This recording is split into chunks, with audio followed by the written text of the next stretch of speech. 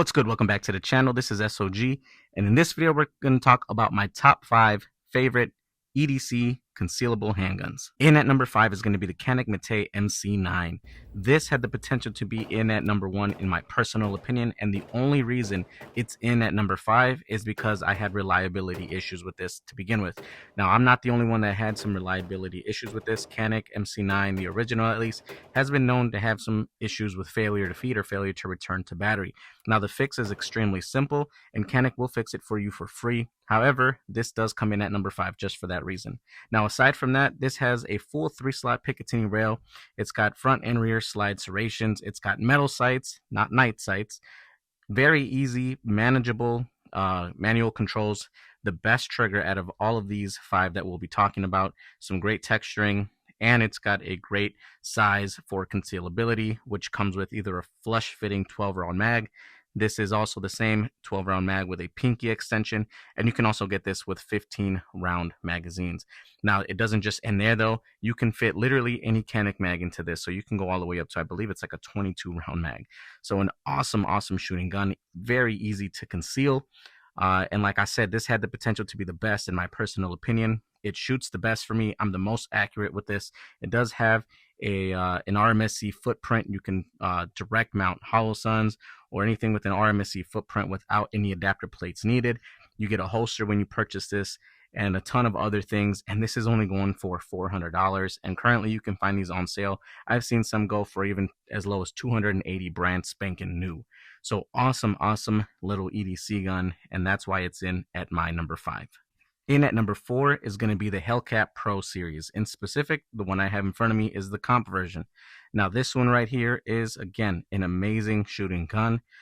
It is fairly snappy, and for me, that's why it's in at number 4. It is the snappiest of the bunch that I own, but this is, all in all, still a really good gun. The comp does help the recoil quite a bit, so that's why I ended up going with that version. I previously had the non-comp version, and it is a big noticeable difference when you get the comp versus the non-comp version. This one, you get 2-slot Picatinny rail. You have probably the best feeling texture or stippling out of all of these 5, just all over the place. You get front and rear slide serrations. You do get some easy accessible manual controls. The trigger is probably the worst out of these 5 that we'll be talking about as well. You do have some texturing here on the magazine release. It is transferable, so if you're left-handed, you can swap that over. And you have some trinium, a yellow trinium front sight with blacked out rear sights, and it's got that U-notch rear. However, I did switch mine out because I hated Springfield's U-notch outline rear, and I put a night sights on the rear as well. So it's a 3-dot system for me.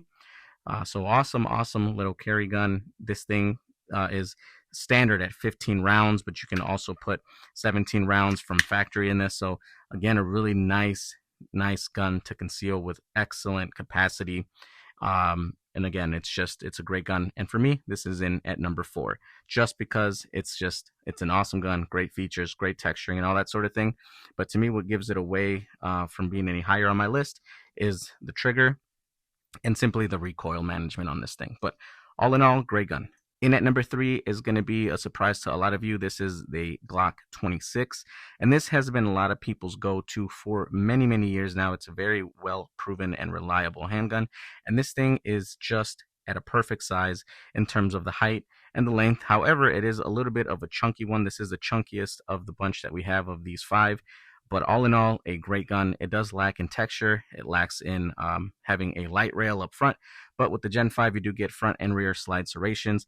You get a pretty nice trigger on the Gen 5s compared to the rest of the generations. You do get the MOS cut out. So they offer some adapter plates for you to mount red dots. And currently, I've got this one mounted on there. It does not co-witness. I do have to get some different sights for co-witnessing. But the best thing about this one, to be honest with you guys, is because it's chunkier, the recoil is awesome. Very awesome, very similar to the Glock 19, but in a smaller package. Also, the magazine capacity. This is a 10-round mag with a +2 extension OEM from Glock. Otherwise, you'd have a 10 flush fitting mag that sits just right here, making it for easily probably one of the best and easiest to conceal carry guns, depending on your body style. For me, this is a little too chunky, but it does conceal well. If your problem is more with the height, then this is perfect for you. If your problem is more for the thickness or the thinness of the gun, then this might be a problem for you. But again, depends on your body size. Now, it doesn't just end at 12. You can also throw any other Glock mag, including the 33 rounder in this, making it extremely versatile and easy to conceal. And that's why this is in at number 3. In at number 2 is a big surprise for me, but I have to be honest and I have to be real. The 43X, this is my go-to carry, and this is a 10 round mag, which is the least amount of capacity out of the 5 that we're looking at today. But you do get, or you can have the option to run an aftermarket mag that holds 15. You can either go with the Shield Arms mags or PSA from the Micro Dagger, which is what I have here, or just go with 10 round factory OEM. Now I do carry with the OEM 10 round, and I do carry a spare mag when I'm carrying this. I have a Blacksmith Tactical Flex Rig holster that allows me to carry a second magazine. Now, aside from that downside, this does have plenty of height to it for only having 10 rounds, and that's a big problem for most. Another thing that is a big downside for this one is the trigger. Not as bad as a Hellcat Pro in my opinion, but it's pretty close. It is manageable once you get enough practice with this. It is extremely accurate, extremely reliable, durable. It'll eat anything you put through it, and it's just a well-proven handgun. It does have a 1-slot Picatinny rail for mounting lights. You do get that same cutout because it's the MOS version. Price point on this is about $485, and all in all, just a great gun. You have front and rear slide serrations. You have easy and simple manual controls with a reversible magazine if you're a left-handed shooter. Texturing could be better, but again, all in all, just a fantastic shooting gun. And because of the slimness and how light this is, it makes it for, in my opinion, out of the 5 we're talking about today, the most easiest and comfortable conceal guns of these. And that's why this is in at number 2. And in at number 1 is kind of a surprise to me. I'm not a big Smith & Wesson fan, but the Shield Plus definitely is in at number 1. And it's not because it's the best shooting, because as I said before, in my opinion, the MC9 was the best shooting. It has the better trigger of the 5. However, the Shield Plus and Smith & Wesson did a great job building this gun. It does have its flaws, but it's still in at number 1 because I'm keeping it real with you guys. The reason it's in at number 1, a lot of good stuff. Now, it's a great shooting handgun, perfect size, very lightweight, probably one of the better stipple jobs on this aside from the Hellcat Pro. Stippling on the magazine as well. Versatility with the mags, you can either have this 13 round mag, you can have a 15 round mag if you need more, or if you want deeper concealment, you can have a flush fitting 10 round mag and still get a decent grip on this thing. So all in all, just awesome. Now the downsides for this, and the trigger is really good too on this one, probably second best in this this segment. Now it does have metal night sights, a 3-dot system, so again, a big plus there. The downsides for me, no light rail, no front serrations, and the optic cutout on this is just terrible. The Shield RMSC is really hard to find good optics, at least in my opinion, to mount some red dots. But all in all, I found one that works perfectly fine and I love, so that is what I have on there.